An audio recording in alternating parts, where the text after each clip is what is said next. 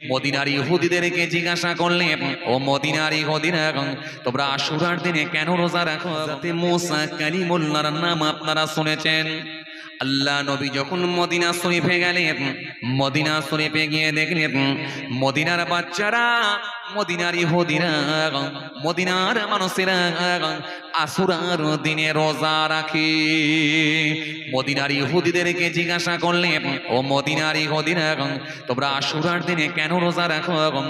ইহুদিরা সেই সময় বলেছিল, ইয়া রাসূলুল্লাহ ওয়া ইয়া হাবিবাল্লাহ, আশুরার দিনে রোজা রাখার পেছনে একটা কারণ আছে।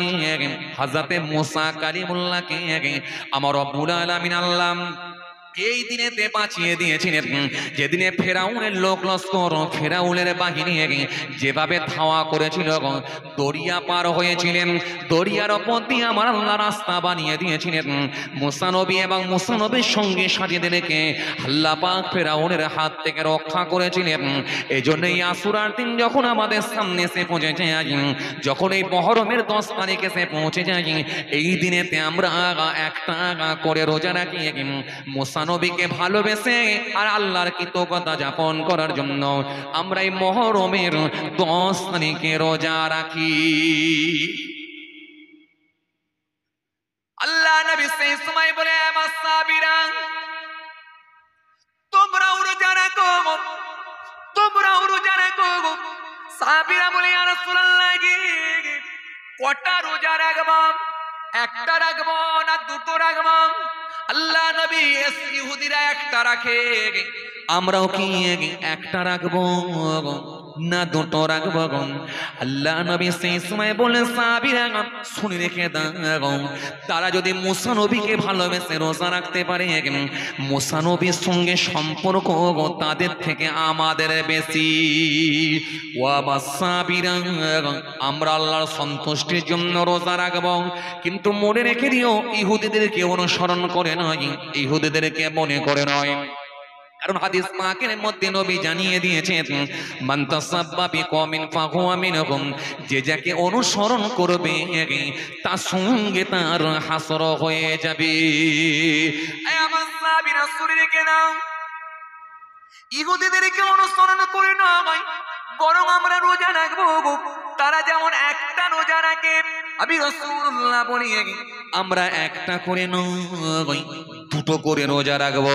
আর আমি রাসূলুল্লাহ বলি, আগামী বছরে যদি আমি হায়াতে থাকি, মুহররম মাস যদি আগামী বছর পাই, আমি রাসূলুল্লাহ দুটো রোজা রাখবো। জোরে হয় না? আরো জোরে বলেন।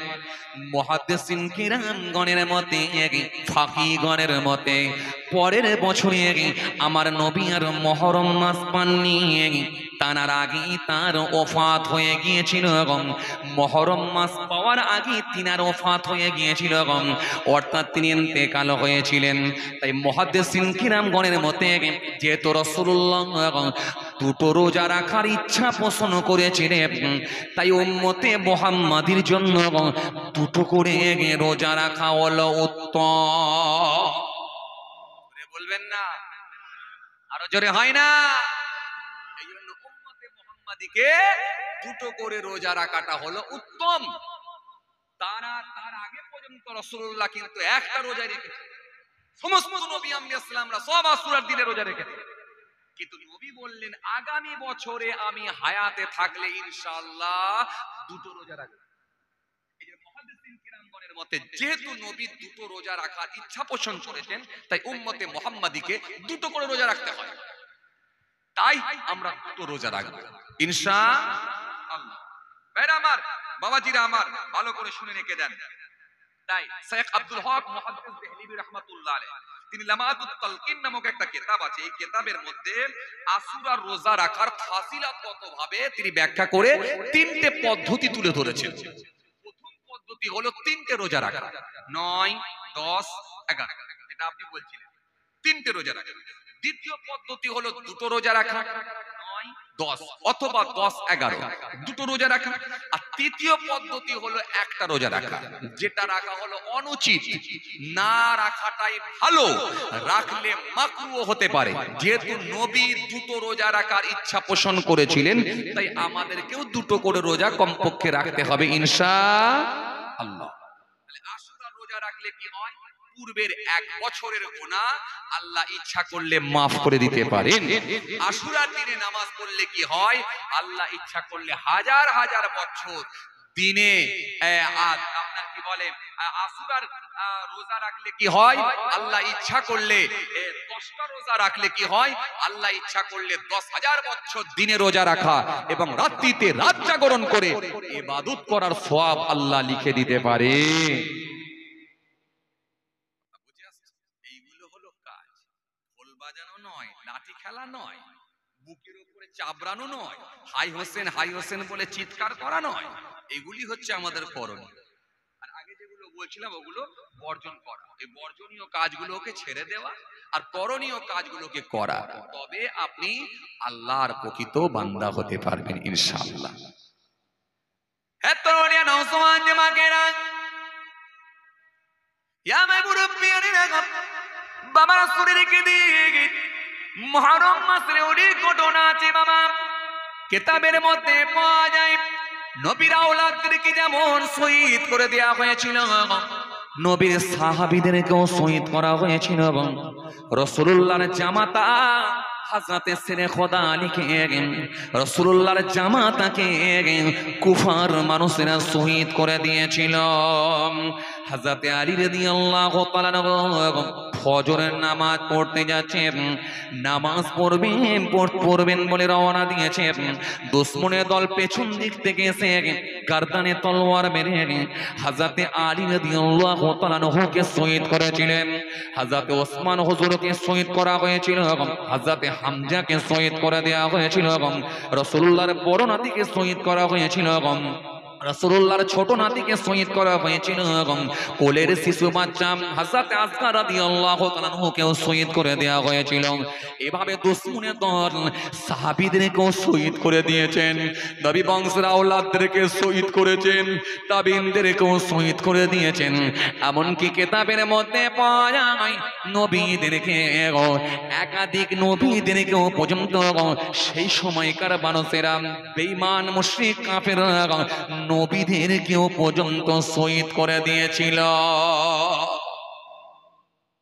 এই জন্য বেঈমানরা যতই পারুক না কেন, ইমানদারদিগকে যতই কষ্ট দিক না কেন, যতই অত্যাচার করুক না কেন, যারা প্রকৃত আল্লাহওয়ালা হয়ে গিয়েছেন, যারা প্রকৃত নামাজি হয়ে গিয়েছেন, যারা প্রকৃত আল্লাহওয়ালা হয়ে গেছেন, যারা ইমানদার হয়ে গিয়েছেন, তাদেরকে শরীয়ত থেকে কখনো বিমুখ করে দিতে পারে না, কখনো শরীয়ত বহির্ভূত কাজ তাদের মধ্যে দেখাতে পারে না, কখনো শরীয়ত থেকে তাদেরকে ভুলিয়ে রাখতে পারে না। এজন্য জালেমদেরকে আল্লাহ 100% শাস্তি দেবেন।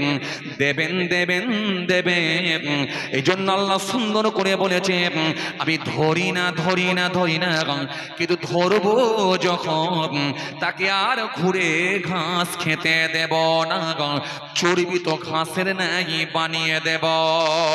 এই জন্য কোরআন শরীফের মধ্যে আমার আল্লাহ সুন্দর করে বলে দিয়েছেন, সুন্দর করে বলেছেন, ওয়ালাউ ইয়ারাল্লাযীনা যালামু ইয ইয়ারাউনাল আযাব আন্নাল কুওয়াতা লিল্লাহি জামিআন ওয়া আন্নাল্লাহা শাদীদুল আযাব।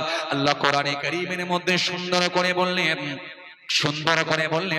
ওয়ালাকাদ আহলাকনাল কুরুনা মিন ক্বাবলিকুম লাম্মা যালামু ওয়া জাআতুহুম রাসূলুহুম বিল বায়িনাত ওয়া মা কানু লিউমিনু কাযালিকা নাজজিল কওমাল মুজরিমিন।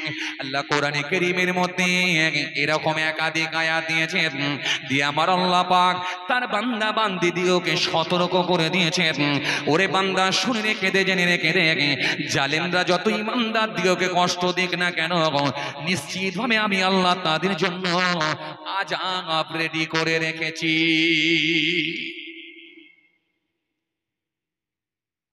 এই জন্য আমার আল্লাহ কোরআনে কারীমের মধ্যে বললেন, সুন্দর করে আমার আল্লাহ জানিয়ে দিলেন, সুন্দর করে আমার আল্লাহ ঘোষণা দিয়ে দিলেন, ওয়ালাউ ইয়ালাল্লাযীনা যালামু ইয ইয়ারাউনাল আযাব আন্নাল কুওয়াতা লিল্লাহি জামিআ ওয়া আন্নাল্লাহা শাদীদুল আযাব। আল্লাহ সুন্দর করে বললেন, কতই না ভালো হতো, কতই না উত্তম হতো, কতই না ভালো হতো যদি জালিমেরা পার্থিব আমার শাস্তিগুলো দেখে যদি উপলব্ধি করে নিত। কেন যাবতীয় ক্ষমতার মালিক একমাত্র আল্লাহ, যেটা কেউ পারে না সেটা পারে কে? জোরে বলতে পারছেন না? যেটা কেউ পারে না সেটা পারে কে? আল্লাহ। যখন আমার আল্লাহ দিলেন আয়লা, পারলে তোরা সামলা, যখন দিলেন লাইলা, পারলে তোরা সামলা, যখন আমার আল্লাহ দিলেন জাপানের বজ্রপাত, করে দিলেন সব উপকার, যখন আমার আল্লাহ দিলেন, যখন আমার আল্লাহ দিলেন আমফান, করে দিলেন পুরো খান খান, যখন আমার আল্লাহ দিলেন রেমাল, এলাকাগুলো গুড়িয়ে হয়ে গিয়েছিল রোমাল, দিয়েছিলেন রেমাল। রেমালের ঝড় কি মনে আছে? নেই মনে। আমফানের ঝড় কি মনে আছে? নেই মনে। আমফানের ঝড় চলছে, স্বামী স্ত্রী তক্তপোষের উপরে বসে আছে, টিনের মটকা উঠছে আর নামছে। কথা বলছেন না কেন? বলেন। টিনের চাল উঠছে আর নামছে, হাওয়া যখন করে আসছে, চালটাকে এরকম করে তুলছে আর নামাচ্ছে।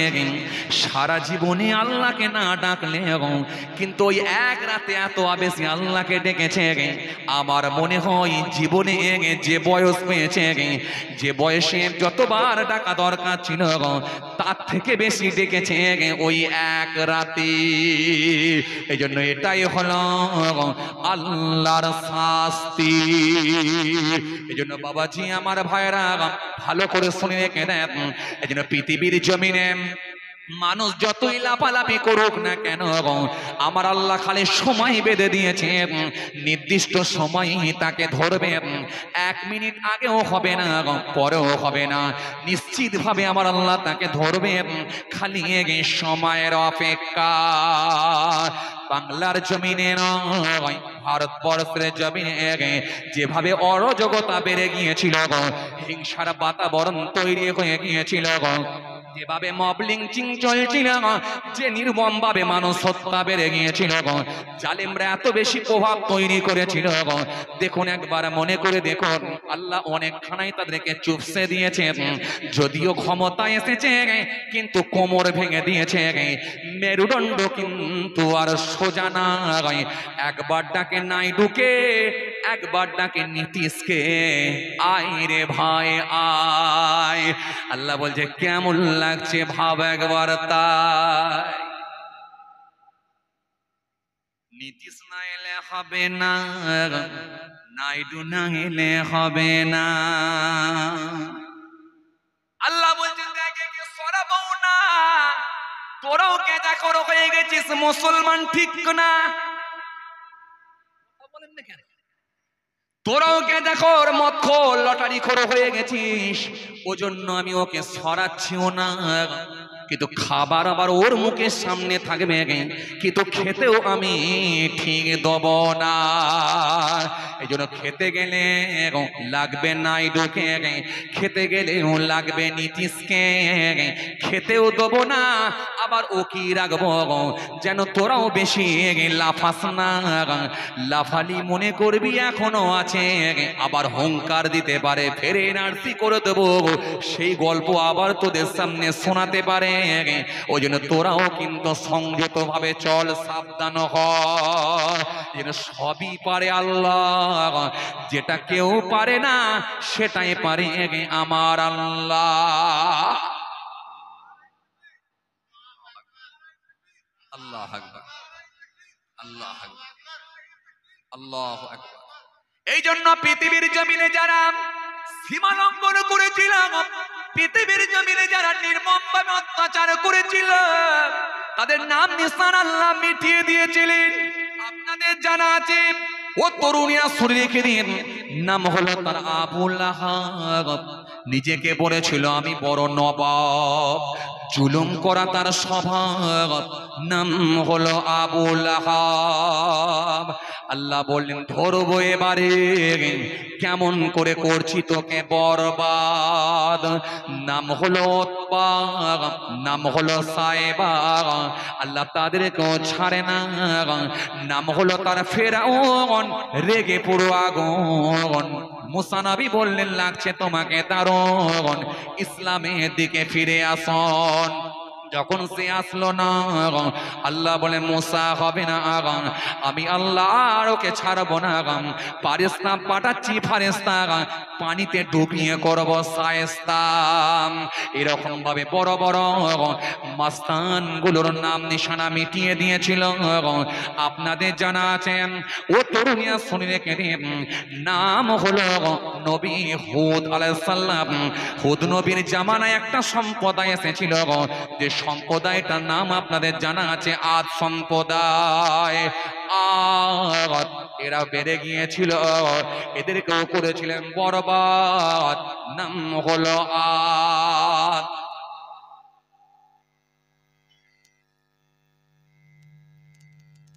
হযরতে নূহ আলাইহিস সালাম থেকে নিয়ে হযরতে হুদ আসলামের যুগের, হযরতে নূহ আসলামের যুগ থেকে নিয়ে হযরতে ইব্রাহিম খলিলুল্লাহর যুগের পূর্ব পর্যন্ত মোট 2200 বছরের মধ্যে মাত্র দুইজন নবীকে আল্লাহ প্রেরণ করেছিলেন। একজনের নাম হলো হযরতে সালেহ আলাইহিস সালাম, আর একজনের নাম হলো হযরতে হুদ আলাইহিস সালাম। নাম আপনারা শুনেছেন? হুদ নবী নাম শুনেছেন না? কোরআন শরীফের মধ্যে সূরা হুদ এসেছে। জি, হুদ নবীকে নিয়ে আল্লাহ একটা সূরাও দিয়েছে। ভাইরা আমার ভালো করে শুনেন, সে হযরতে নূহ আসলামের জামানা থেকে নিয়ে নবী ইব্রাহিম খলিলুল্লাহর যুগের পূর্ব পর্যন্ত মোট 2200 বছরের মধ্যে মাত্র দুইজন নবীকে আল্লাহ পাঠিয়েছিলেন। হযরতে নূহ আসলামের জামানায়, নূহ আসলামের যুগে, নূহ আসলামের বংশধরদের ভিতরে আদ বলে একজন বাদশাকে আল্লাহ পাঠিয়েছিলেন। এই আদ বাদশা ছিল বড় শক্তিশালী বাদশা, বড় প্রভাবশালী বাদশা, বড় ক্ষমতাবান বাদশা, রাজাধিপতি ছিলেন আদ বাদশা, যার নামেতে ওই বংশের মানুষদেরকে আদ বংশীয় লোক বা আদ সম্প্রদায় বলে ইতিহাসে খ্যাত বা ইতিহাসে প্রমাণিত।